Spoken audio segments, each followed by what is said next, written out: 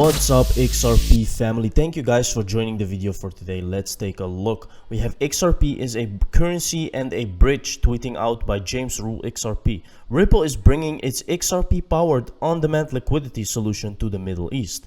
Let's take a look what that means, guys, because it's very huge news.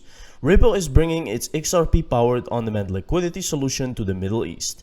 XRP is trading at $1.1, by the way. Fintech firm Ripple has partnered with non-bank digital financial services provider Pipple to launch global payment network RippleNet's first ever on-demand liquidity deployment in the Middle East, starting with the UAE. Guys, this is so huge, okay? First, you have to understand, because I will show you something else that is happening now in Dubai, which is related, okay?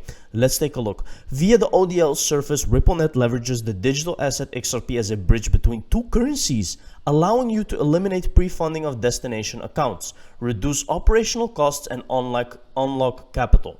In its blog post, Ripple started by explaining why the Middle East and North Africa, the MENA region, is important. With $78 billion in remittances in 2020 from Saudi Arabia and United Arab Emirates combined, the Middle East and North Africa MENA region is home to the two of the top 3 remittance corridors in the world. The region is also undergoing a fast-moving shift to digital and boasts one of the world's most progressive financial regulatory environments. Now, this is what is very significant here, okay? It went on to say that by using ODL, Pipple will provide instant low-cost remittance options for people sending money into and out of the region. Note, XRP will not be held within the UAE and transactions will not involve the currency AED as part of the payment flow. Furthermore, the UAE-based fintech firm will use ODL to eliminate the need for costly pre-funded accounts normally required in traditional cross-border payments. So you have to understand what is going on here, guys, because this will eventually be the standard in the whole world. It's just a matter of time because of regulatory environments. Why do you think that they are the ones who are adopting it now? Because they have the regulatory environments for it. They are ready for it. And I will show you that the regulation there is actually way further than the USA. And that is why it will be very significant for Ripple, and there will be a price difference in the near future because XRP will start moving around in this region and also in Asia. So we have 2 regions now in the world that are using ODL. The first is Asia, which was already announced, Japan, which is live with using ODL. And now we have the UAE and Saudi Arabia and the whole MENA region. So guys, this is huge news. This already shows you that XRP is ready. They are ready. The world is not ready. They just need to press that switch. So let's take a look. How many of you know the difference between payment and settlement? Let's take a look. How many of you know the difference between payment and settlement? Not too many. So a couple. All right, so let me just give you just a high level on this. I go to a restaurant and I pay with my Visa card and they let me go and they don't call the police saying that I left without paying for my food. That's a payment. But I still have to pay my credit card bill and somebody still has to wire money to the restaurant, right? Or ACH or whatever payment system they use. That payment has not been settled.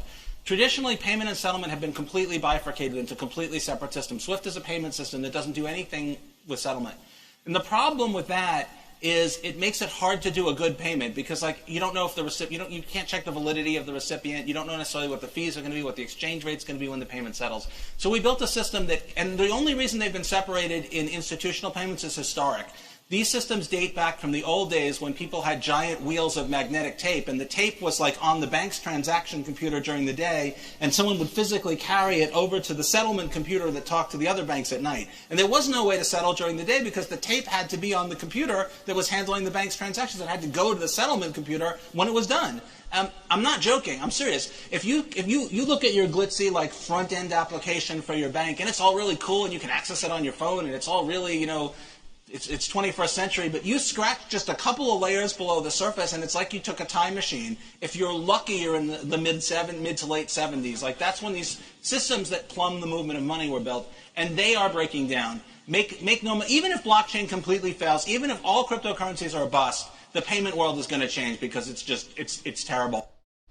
This is just a fact, guys. And I don't think blockchain will fail because it has so many use cases, even if you don't talk about XRP. So here's a very easy actually explanation on how XRP will change the payment world, guys. We already knew that, but still we have to understand what is really going on because the payment system is failing.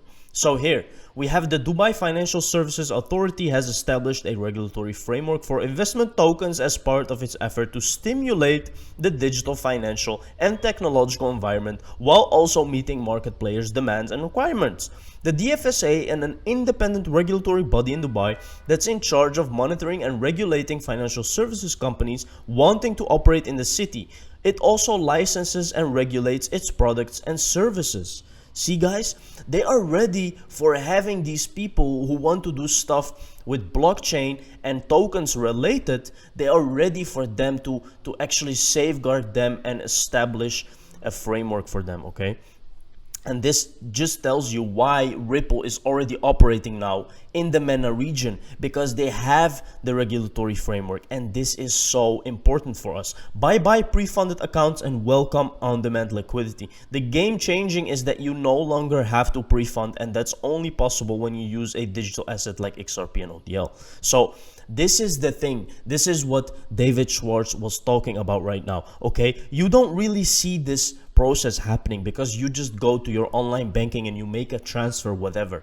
But guys, there is so many things going on the back end, and that is not shown, but it is very dinosaur time technology. All right, Crypto Will, we're going to need your help. Get this XRP class action lawsuit to 100K. This is for the entire industry. We know XRP is not a security. If you can retweet this and paste the form, we all will be grateful. So guys, if you didn't fill out this form, definitely do that. Well, the XRP army needs you.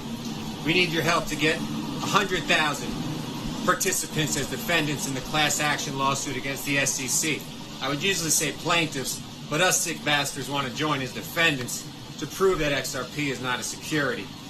I've always followed your content. I like you. I agree with you with most of the stuff, even though things haven't happened, but we'll have the last laugh. Tether's got some issues. You know how to push buttons. We're going to need you to push that retweet button today. Maybe paste the form and say join history. This is a battle for the whole industry. You ever hear of David versus Goliath? David was a little guy that took on Goliath, a big guy, like the SEC. But this time, David's going to need a whale to swoop in, hit him with that tail, and then make a splash like a tidal wave and put Goliath out of its misery. So come on, Crypto Whale. Everybody, retweet this. Get Crypto Whale. Be nice. Be polite. He's a good guy.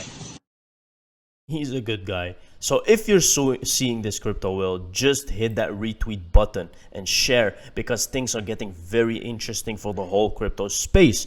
It's just so inconceivable how Consensus and Ethereum are everything Ripple and XRP are accused of being. You know the rumor that Ripple can stop transactions on the XRPL. Now on ETH, it is everyday life that transactions are stopped or not executed due to miners and fees. Those who have a little ETH or miscalculated pay fees without the transaction being executed, I was always surprised that people on ETH not only have no problem paying horrendous fees, but even are happy to pay if the transaction is declined on a decentralized blockchain. Money, and it just returns an error. It's exactly like a banking database. And if you return an error, do you charge a fee for that computation? It's actually somewhat complicated because there are because it takes some resources to calculate that, right? Actually, in that particular case, yes, you do. So yes, you as the sender of the transaction do have to pay the fee, but the effect gets reverted. What do you mean the effect gets reverted? So basically, the transfer of 40 Ether never happens, basically. So the other point there is that if you have a Ether, not enough money. So here you can see, guys, that he really don't know what to say, because it's a very bad thing if you make a transaction, you pay the fee, but the transaction actually never happened. So you can see, guys, that this is all just a monopoly. October 26th, you'll enjoy what happens next.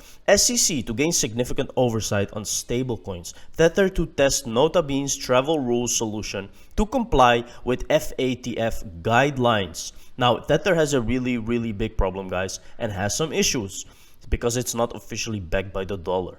So when this goes down, when they find out, everything will happen instantly, guys. Be ready because it's almost time. Thank you very much for watching this video. See you in the next one. Cheers.